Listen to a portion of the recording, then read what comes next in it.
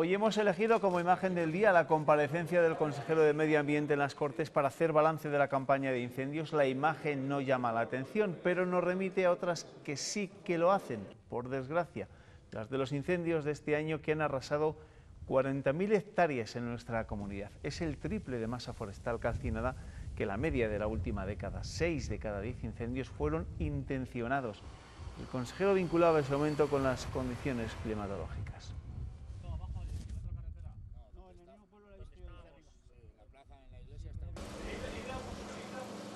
Ha sido una de las peores campañas de la década. De enero a octubre se han producido 2.500 incendios en Castilla y León y se han dado condiciones para ello: falta de lluvias, altas temperaturas y fuertes vientos. Vientos de tan extrema gravedad, hasta más de 80 kilómetros por hora, que ha sido un elemento fundamental y que ha hecho que muchos fuegos sean convectivos, que cuando entran en convección quedan fuera de la ventana de extinción y su abordaje es francamente dificultoso. Situaciones idóneas para los incendiarios. El 67% de los fuegos han sido intencionados. El terrorismo ambiental ha provocado 13 grandes incendios y ha calcinado más de 34.000 hectáreas. Se ha triplicado los incendios intencionados en esta campaña. Un año más se concentran en determinadas zonas, las provincias de León, de Zamora, de Salamanca y de Ávila. 7 de cada 10 incendios han tenido lugar fuera de los meses de verano, pero las situaciones más graves se han concentrado en agosto. En la semana del veintitantos de agosto llegó a haber 4 niveles 2 declarados a la vez. Llegó a haber más de 40 medios aéreos trabajando en los cielos de Castilla y León tratando de apagar los incendios forestales provocados que se habían producido. El consejero ha destacado que esta campaña ha habido más medios que nunca, 4.350 efectivos, y se ha batido récord de horas de vuelo de los hidroaviones y helicópteros de extinción. El consejero ha ofrecido diálogo a la oposición para mejorar el dispositivo de lucha contra el fuego, diálogo aceptado, aunque PSOE, Podemos y Ciudadanos piden que los contratos de los fijos discontinuos del operativo pasen de 3 a 6 meses. Claro que nos sentamos, pero hay que aprobar la enmienda que toda la oposición hemos presentado a través de UGT y Comisiones Obreras para que la campaña de incendios se aumente los contratos a 6 meses. Hay que promover medidas activas, hay que trabajar con los territorios, hay que trabajar con la población para disminuir este alto porcentaje de incendios. Ciudadanos va a acudir con la mejor predisposición, pero siempre aportando medidas concretas, aumentando mayor presupuesto encaminado a que de una vez por todas paremos esta lacra. Conviene ya de una vez por todas centrarse realmente donde existen mayores problemas. Bueno, vamos a analizar lo que ha dado de sí esta jornada y este va a ser el primer asunto que abordemos en nuestro tiempo de tertulia esta noche con Belén Viloria. Belén, ¿qué tal? Bienvenido, buenas noches. Muy bien, bienvenido. Y con un, También. bueno, bienvenido, hay que decírselo al que tienes al lado, a Juan Luis de las Rivas, que hace tiempo que no veíamos porque le hemos mandado de misiones, ¿no? Por ahí, por Estados Unidos. Unos viajes por ahí, sí. Lo que te has perdido. Aprendiendo. Lo que te has perdido, Juan Luis. Bueno. Luego hablamos. Ernesto, ¿qué tal estás? Buenas noches. Bien, buenas noches. Vamos a empezar ¿con qué? Pues mira, empezamos con temas mineros y de centrales térmicas. Empezamos. El diario Palentino titula en su primera que el Gobierno adeuda 750 millones a las cuencas del carbón de Castilla y León. Y la agrupación regional de municipios mineros es contraria al cierre anunciado por Iberdrola. En el diario ABC, sus páginas de Castilla y León las ocupan estos dos asuntos también enlazados. Por una parte, el Gobierno calcula que la luz subiría hasta un 15% si se prescinde del carbón y por otra, el presidente de Iberdrola, Galán, respetará la ley sobre el cierre de centrales pero renuncia al mineral negro. Diario de León destaca en su primera una imagen con este titular: vecinos y comercio piden un plan para dinamizar el casco histórico, y la imagen, la fotografía, ofrece un panorama desolador durante el día del barrio húmedo que por la noche se convierte en un parque temático de bares. Diario de Ávila destaca en su primera que decenas de guardias civiles baten el barraco para detener al atracador de una sucursal bancaria que se sospecha que es el mismo individuo que horas antes había asaltado una entidad en Ladrada armado con un cuchillo. El Norte de Castilla destaca en su portada que Óscar Puente gana una batalla a Montoro. Un juez falla contra el Ministerio de Hacienda su recurso por la gestión del agua del Ayuntamiento de Valladolid. Y el diario La Razón, la Guardia Civil velará desde ahora para prevenir riesgos laborales en los pueblos. Diario de Valladolid, El Mundo, la Diputación eleva los planes provinciales a 25 millones de euros y baja la cuota de participación municipal. Y, por último, la Gaceta de Salamanca destaca que el Ayuntamiento dedicará 1,2 millones de euros a la programación del 8º centenario de la universidad. Gracias, Ernesto. Antes de pasar a la tertulia, en el repaso de la prensa de Ernesto Escapa es habitual desde el 21 de septiembre el Heraldo Diario de Soria, el medio que surgió de la fusión de estas dos cabeceras y que hoy se ha presentado en sociedad. Autoridades y representantes de la sociedad soriana y regional han respaldado esta apuesta periodística dirigida por Félix Villalba y que se suma al proyecto liderado por el diario El Mundo de Castilla y León. Fortalecernos para poder continuar como un medio importante que ha crecido y que además vamos unidos con el mundo a nivel nacional. Bienvenida, por supuesto, a esta nueva oferta periodística y bienvenidos a los compañeros que la integran. Bueno, vamos a empezar hablando de lo que ha sido una de las noticias destacadas de la jornada, ese balance de incendios que ha hecho el consejero de Fomento y Medio Ambiente. No ha terminado el año y visto cómo fue el invierno de este 2017, no podemos pensar que este pueda ser mucho mejor, aunque es cierto que en los últimos días los incendios no están siendo noticias, pero caray, un 49% más, han ardido más hectáreas que nunca. ¿Y qué solución ponemos? Desear que llueva es lo... Sí, cruzar los dedos. Hay que cruzar los dedos, aunque no parece que vaya a suceder, pero si se adelanta esta campaña contra incendios, pues toda prevención es siempre buena. Vamos a ver qué ocurre. Claro, aquí surge el debate, ¿no? Es decir, tenemos que cargar contra los pirómanos, por supuesto, pero ¿es culpa de todos los pirómanos? ¿Ha fallado algo también o puede fallar el dispositivo cuando se dice en muchas ocasiones que los incendios hay que apagarlos sobre todo en invierno, ¿no? Hombre, a veces esta acusación sistemática a determinados agentes que generan los fuegos, ya sean pirómanos locos o pirómanos interesados, ¿no? A veces es un poco extraña porque luego no aparecen estos pirómanos. Claro, no hay tantos detenidos. Están como escondidos, no se sabe dónde, ¿no? Y parece eso raro, ¿no? Luego también a veces hay pocos análisis. ¿Qué tipo de montes se están quemando? Más allá de los factores climáticos que son evidentes y en esta coyuntura ha sido este año especial, ¿no? Es verdad que ha habido muchos fuegos que se han iniciado por la noche, pero son montes públicos, son montes privados, están todos concentrados en los mismos sitios. Si hay algún tipo de razón, esta razón se puede resolver. Quiero decir, un análisis un poco más profundo, porque si no es como quejarse de...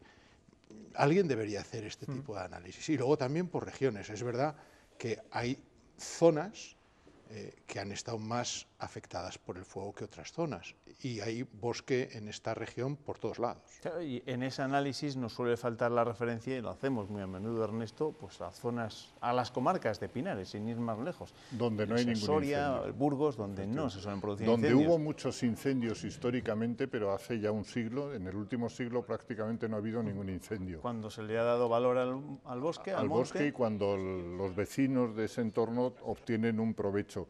Lo que ocurre es que en las zonas donde ahora hay incendios, fundamentalmente, que es en el oeste de la comunidad, en Salamanca, en León, fundamentalmente en el Bierzo, y bueno, más allá en Galicia y en Portugal, pues son zonas también con mucho abandono, y cuando se dice que no se descubren, Juan Luis mencionaba que no se descubren a esos pirómanos, la verdad es que son zonas que están en situación casi combustible, es decir, no hay una estructura ni de población ni de actividad ganadera, es decir, prácticamente son zonas que están para arder. Claro, esa es una reflexión interesante, ¿no? Al final, que nos planteemos también un poco el modelo de desarrollo para ver cómo en determinadas zonas, pues los montes son más proclives a arder como están ardiendo. Bueno, a mí se me ponen un poco los pelos de punta al escucharos, porque parece que hay unas razones mucho más profundas de lo que durante año tras año, que no tenemos esa información, pues puede haber, y eso es realmente preocupante. No sé quién es el responsable de hacer esos análisis, pero me ha parecido un muy buen punto. Aquí ha sido menos grave, pero por ejemplo, en Portugal es una situación distinta, pero en zonas de Galicia, Asturias, también en las zonas de León, ha habido fuegos muy próximos a zonas habitadas. Y eso es una cosa también excepcional, porque no solo porque pone en riesgo la vida de las personas y sus patrimonios, ¿no? Sino porque si son fuegos provocados, son mucho más agresivos contra la sociedad que fuegos que pueden ser en un monte alto, inaccesible, en una zona, me explico. Esto a mí me inquieta. Bueno, esta era una de las noticias de la jornada. Ya saben cuál está siendo otra de las noticias últimamente y a la que se han hecho referencia varios medios de comunicación. Varios de los titulares estaban dedicados al tema de las térmicas, al cierre sobre todo de la térmica de Velilla. Pues hoy el presidente de Iberdrola, José Ignacio Sánchez Galán, ha asegurado que la intención de la empresa de culminar el proceso de cierre de las centrales térmicas era un plan conocido y, según él, refuerza el compromiso de Iberdrola con el medio ambiente. Creímos que era oportuno tomar ya las últimas decisiones respecto a las últimas plantas que nos quedan dentro del grupo, que es con tecnologías carbono, con tecnologías fuel óleo. Y esto ha sido simplemente formando parte de un plan que era conocido, que está en todos nuestros planes estratégicos, que lo hemos dicho en todos los foros a lo largo de muchos años, con un tema que no afecte para nada al empleo de la zona, que es un poco de los temas que es nuestro compromiso también, como he dicho antes. Pues la supervivencia de las centrales térmicas tiene un nuevo frente para el Gobierno central. Frente a la postura de defensa de Castilla y León, Asturias y Aragón, ahora Baleares anuncia que va a denunciar el decreto ante la Comisión Europea. El Ejecutivo Autonómico Balear afirma que se incumplirán las exigencias de lucha contra el cambio climático si se impide el cierre de la central térmica de Mallorca. Por su parte, el ministro de Energía ha defendido su postura en el Congreso.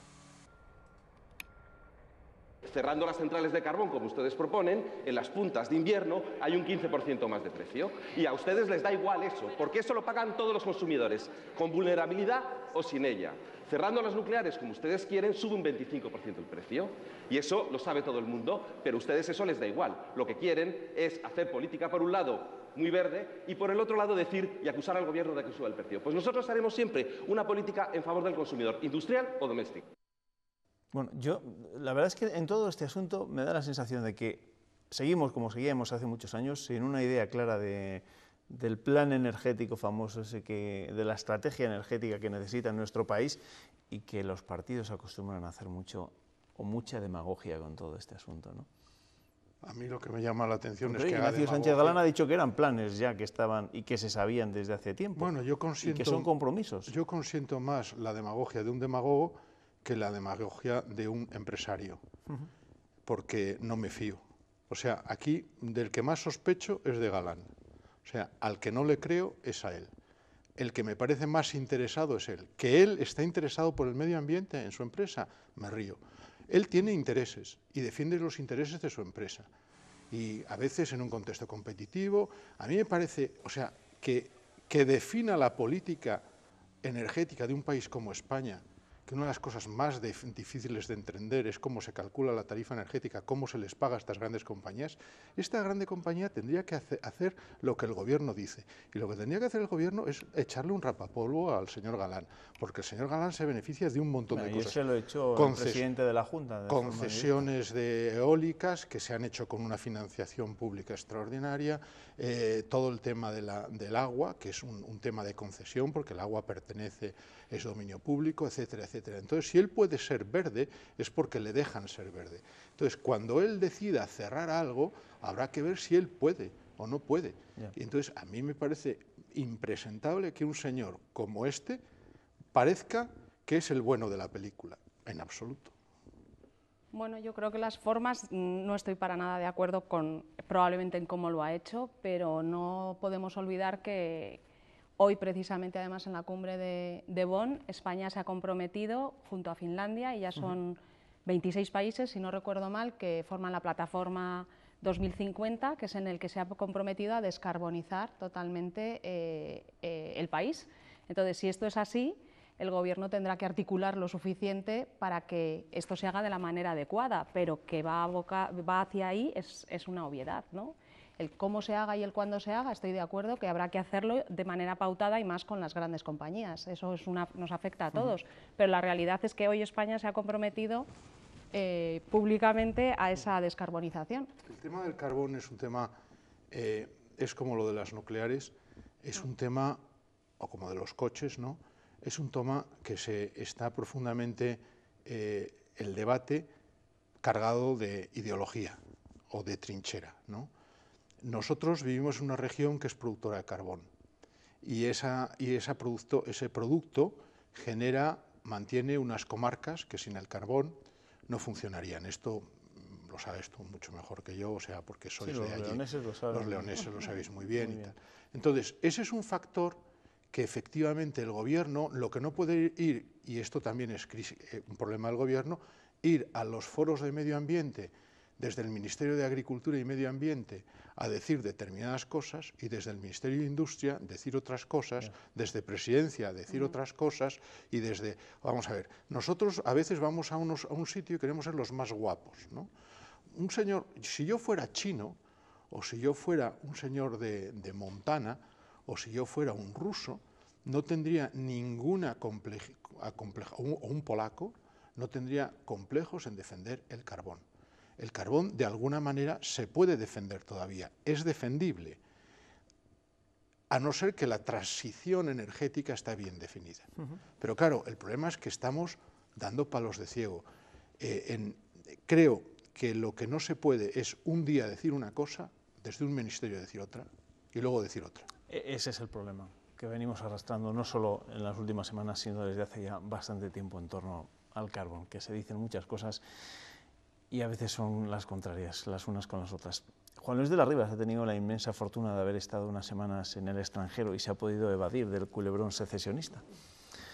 Pero hoy se va a tener que mojar porque el tema no ha terminado, a pesar de que los independentistas han pisado el freno en los últimos días. Hoy ha sido un día de nombres, los que liderarán o formarán parte de las candidaturas para las elecciones del 21 de diciembre y hoy además ha comenzado a trabajar la comisión que estudiará una posible reforma del modelo territorial.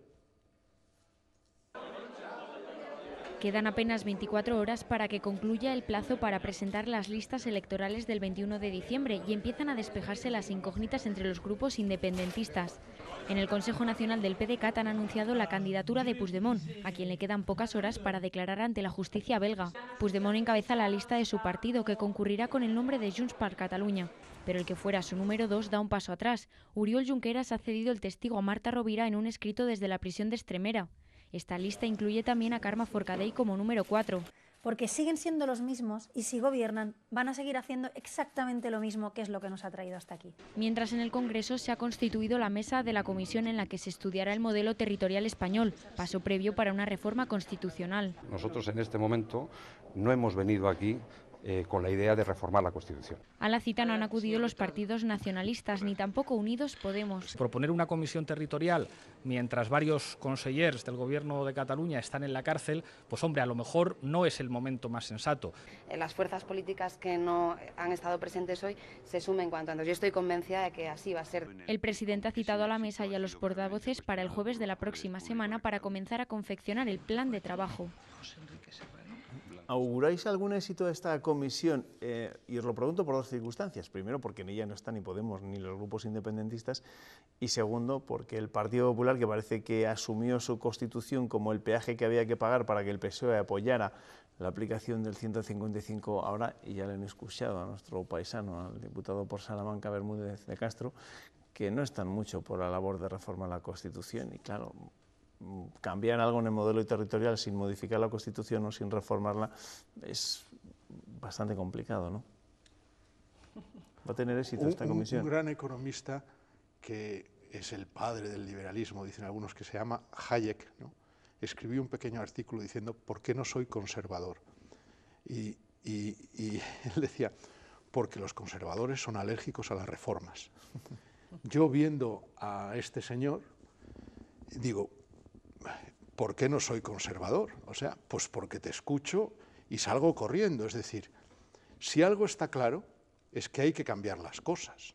No se puede ir hacer ahora mismo de bandera la defensa cerrada de la Constitución, es una estupidez. Segundo, tú tienes allí gente fuera, como tú dices, ¿no? Pero hay 3 partidos relevantes, ¿no? Y que pueden, si entras así, ¿cómo vas a conseguir ningún consenso? Ya, por eso, es que ahí está la historia. Belén, ¿va a tener algún tipo de éxito? Para mí ninguno, porque todas las presiones aquí hay que seguir un poco, tenemos que seguir avanzando y yo no lo creo que tenga éxito. No, cualquier movimiento ahora mismo no nos podemos quedar parados después de todo lo que hemos vivido. Hay que actuar y hay que marcar unas nuevas vías. No veo ningún futuro. Claro, es que llevamos 40 años de retraso y de mirar para otro lado que han concluido en lo que han concluido. Es decir, esos 40 años de mirar para otro lado han traído los problemas que han traído. Ernesto, pero tú defiendes una reforma de la Constitución donde todos seamos iguales, que claro, ojalá sea claro, así. todos seamos comunes. Pero tú sabes que muchos no van a plantear la reforma de la Constitución en ese sentido porque eso no sería del agrado de los que siguen empeñados en ser diferentes.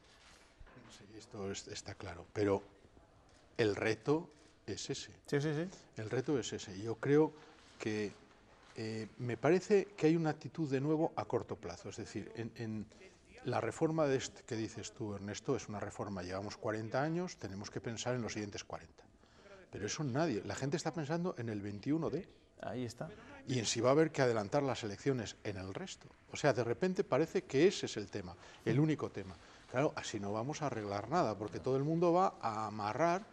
Esto es un poco triste, ¿no? Y luego lees, cada vez veo más periodismo de trinchera, perdonadme, o sea, el otro día leía... Y eso que has estado fuera, ¿eh?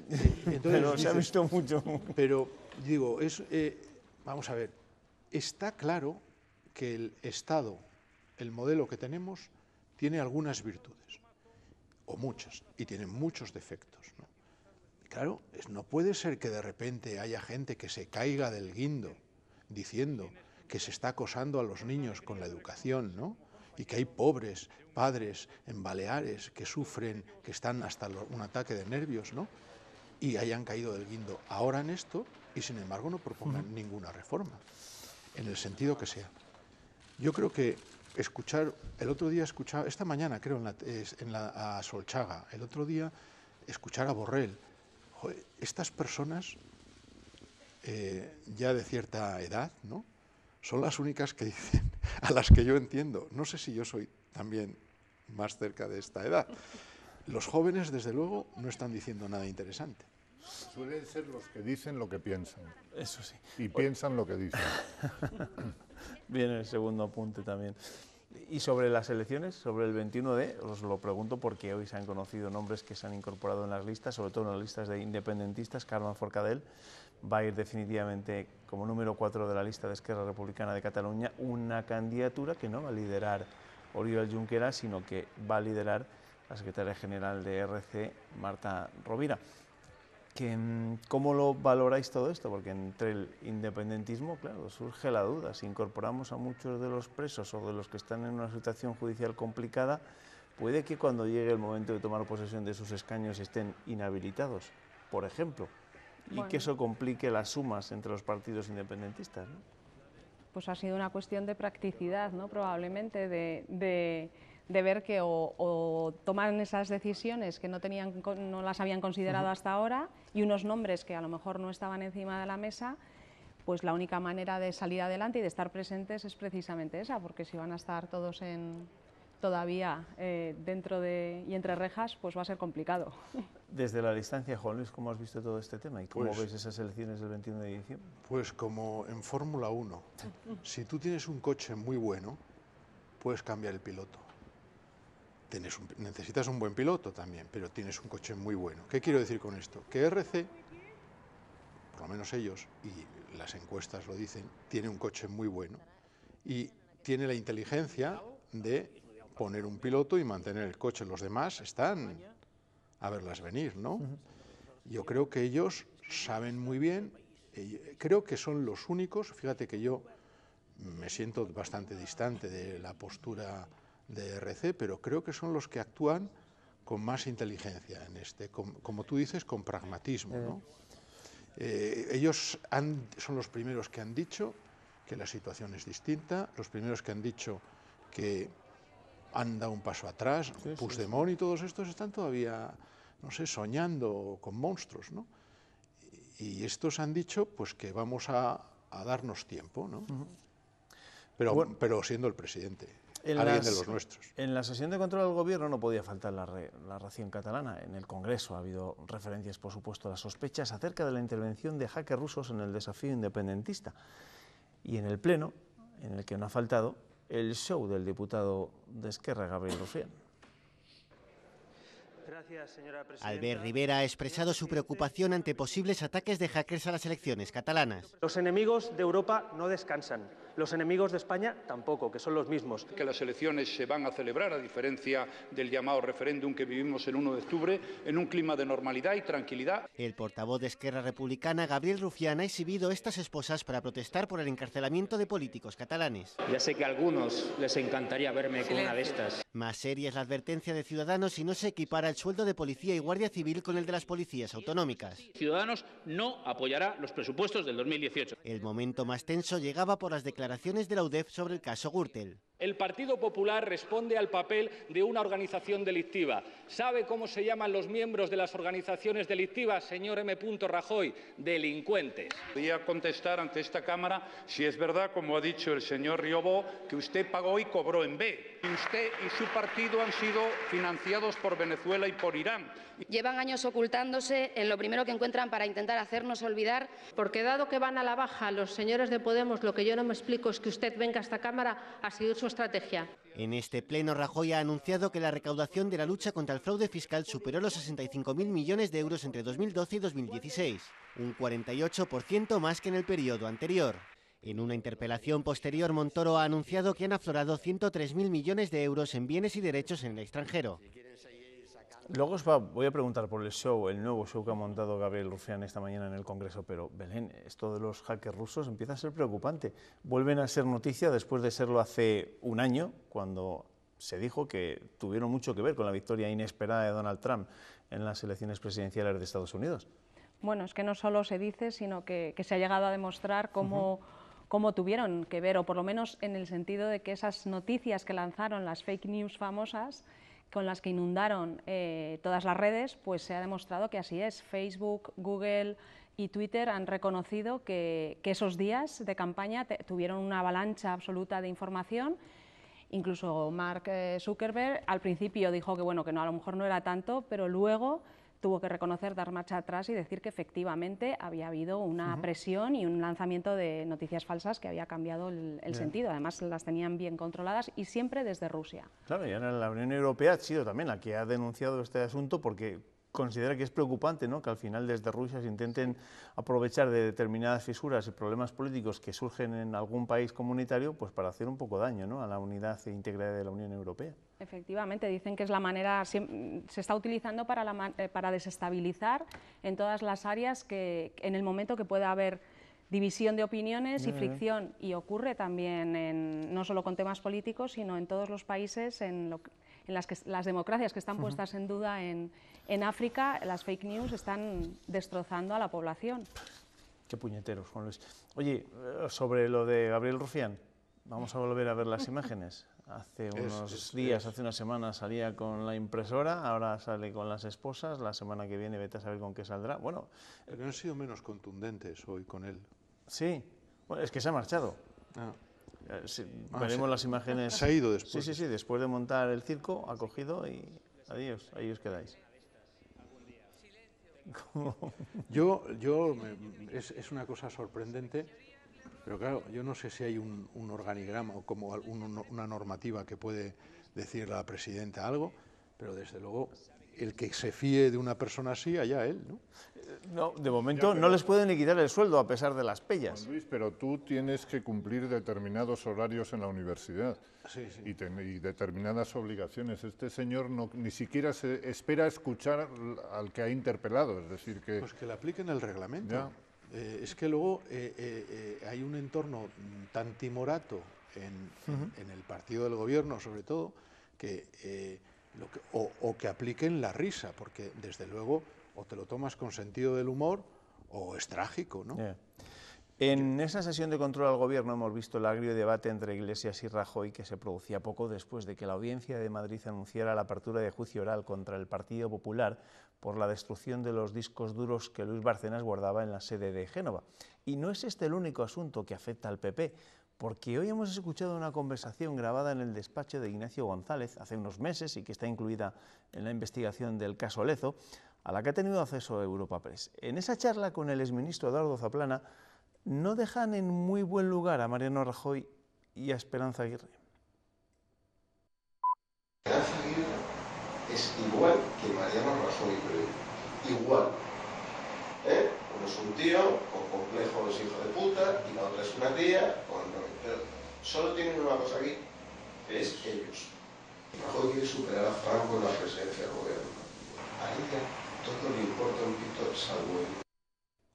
Bueno, es verdad que igual conversaciones privadas las íbamos a aguantar pocos, ¿no? Pero es cierto que estos eran representantes políticos y ya ven. Era gente importante, ¿verdad? Era gente significada. No, pero que conozcamos estas noticias de esta manera también. Yo creo que hay una gran batalla con otros medios, lo decías tú antes, por la propaganda. El propio acto de Rufián tiene más que ver con los hackers que con cualquier otra cosa. Él quiere sacar un titular, quiere lanzar un mensaje muy... el señor Rajoy tiene que tener esposas. Y luego, esto nos mide la talla de personas que están ya desprestigiadas, porque nadie va a pensar, quiero decir, ni Zaplana ni González son gente que pueda desprestigiar a alguien, porque ellos están totalmente desprestigiados. Pero yo creo que la propaganda se está convirtiendo como en un momento determinado. Fíjate, cuando la guerra de Cuba, los periódicos americanos, el Hearst sobre todo, hizo muchísimo para que convenció a la opinión pública americana de que había que invadir Cuba. A base de mentiras, a base de mentiras. Alguna verdad habría, ¿no? 20 segundos, que nos tenemos que marchar. Belén, sobre esto, tu última reflexión sobre mi última esto, reflexión, sobre este tipo de conversaciones. Que contrastemos la información, que no nos dejemos invadir por tanta información falsa y tantas noticias tan desesperantes. Las puñaladas, esas que veíamos o que escuchábamos, son frecuentes entre compañeros de partido, pero creo que no es este el asunto que quita el sueño a nuestro quinto tertuliano. No puedo pegar ojo, Juanma. Los políticos españoles se están apresurando a acabar con el sector del carbón precisamente en el año en el que los Reyes Magos iban a traer tanto carbón a tantos políticos españoles. Las coincidencias no existen. Con esto del carbón lo veo todo negro. Siempre lo veo todo negro.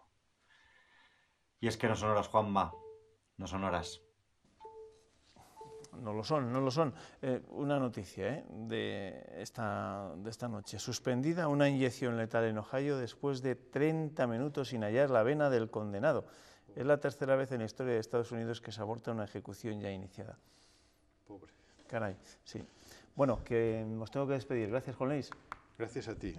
Gracias, Belén. Nos vemos. Y a ver si nos informamos bien, ¿verdad? Gracias a vosotros también. Bueno.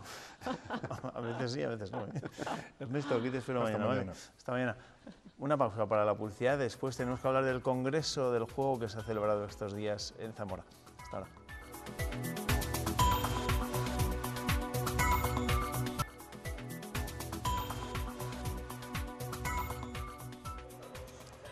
Esta mañana se ha clausurado en Zamora el 14º Congreso Regional del Juego y lo ha hecho con una mesa dedicada a las apuestas deportivas, un sector al alza que mueve ya millones de euros. Los llamados deportes electrónicos o eSports se han convertido en todo un espectáculo para la red de aficionados que hay detrás, en la que se puede apostar por todas las variables del juego y la industria más importante que lo mueve, la de los videojuegos. No son las colas para las Olimpiadas ni para un gran concierto. Es la final del Campeonato del Mundo de la League of Legends, celebrada a principios de este mes en Pekín. 100.000 personas congregadas para ver un torneo que fue el quinto que más premios repartió en 2016. $5 millones.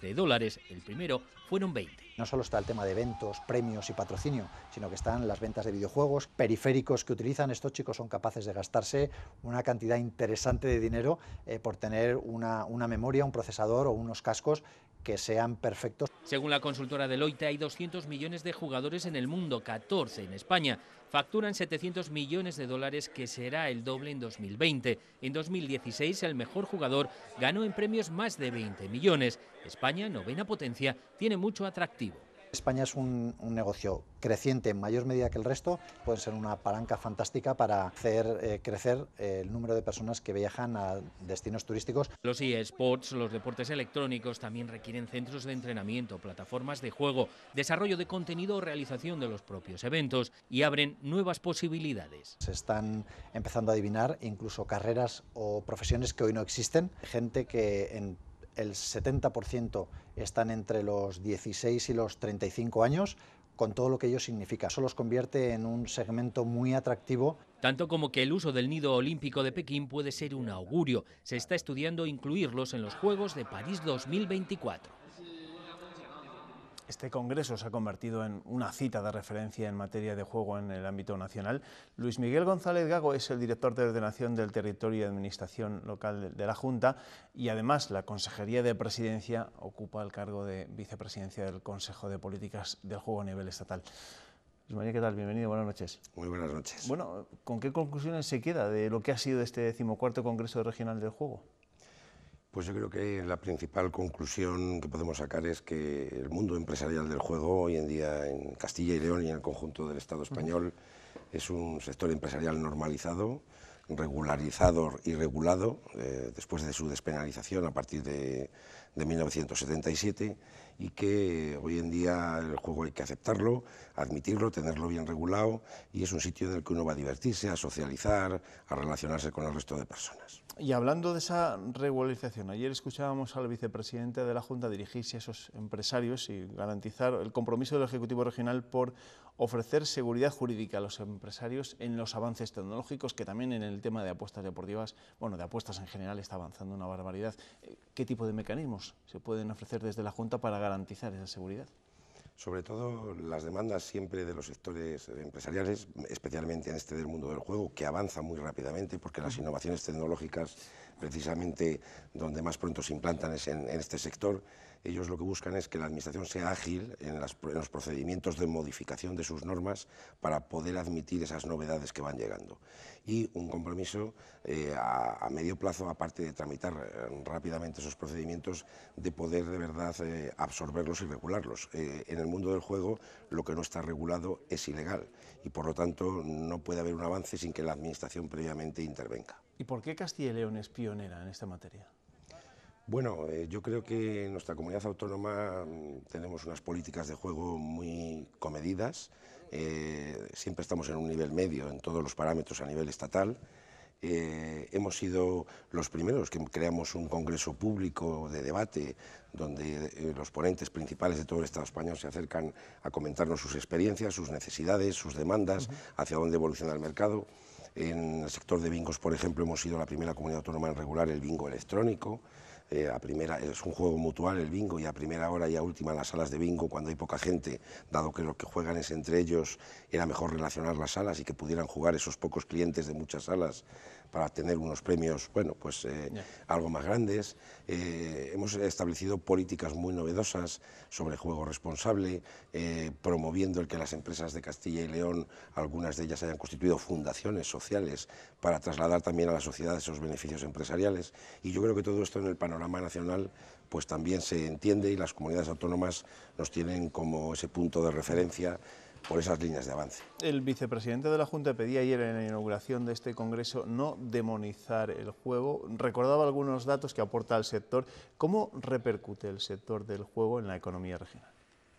Pues en la actualidad, al año, el sector del juego deja en la comunidad autónoma 68,5 millones de euros. Es mucho dinero, dinero que permite luego a la Hacienda regional y a la comunidad autónoma invertir y prestar mejores servicios en sanidad, en educación, en servicios sociales. En la actualidad hay 450 empresas inscritas formalmente en el registro público que tenemos de empresas de juego. Dan trabajo a 2.000 personas directamente en nuestra comunidad, 2.000 familias trabajan de manera ordinaria y pueden comer y hacer su vida normal gracias al sector del juego. Por lo tanto, son unos parámetros económicos, sociales y de turismo que también podemos atraer muy importantes como para estar atentos a este sector empresarial. Hablamos de no demonizar el sector, de no ponerlo en la picota, pero también tiene sus riesgos. ¿Cómo se pueden proteger a los sectores más vulnerables de los riesgos que tiene el juego? Sí, bueno, hoy en día es muy difícil encontrar un sector empresarial o económico que no tenga riesgos sociales. Hoy en día todos podemos tener un coche que corra a 220 por hora y no se puede circular a más de 120 en nuestras autovías. Tenemos gente que tiene problemas de anorexia o de bulimia y no por eso pues dejamos de comprar determinada bollería en un supermercado. En Castilla y León, le voy a poner un dato que es significativo, tenemos un registro público inscrito con personas que ellas directamente han querido apuntarse por padecer esos problemas de juego. También pueden ingresar en ese registro vía sentencia judicial si un juez así lo ordena.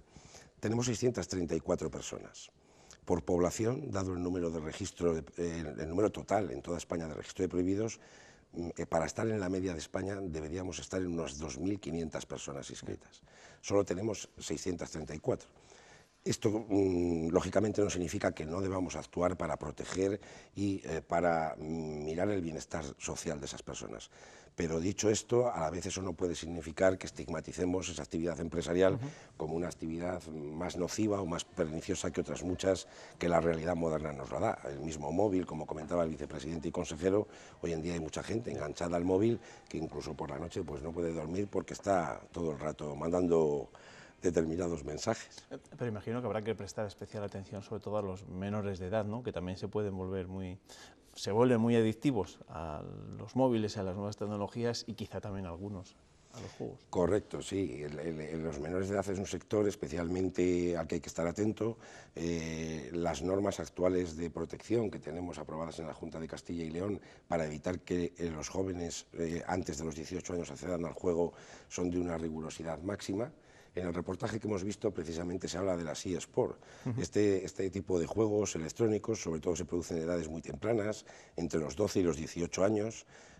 La final esa que hemos visto supuso 75 millones de personas, de jóvenes en línea, viendo esa final de Las Vegas y lógicamente ahí también la educación familiar es muy importante. En un entorno de la propio domicilio, lógicamente los padres y aquella familia en la que reside el joven tienen que estar muy atentos para que esto no se convierta en un problema.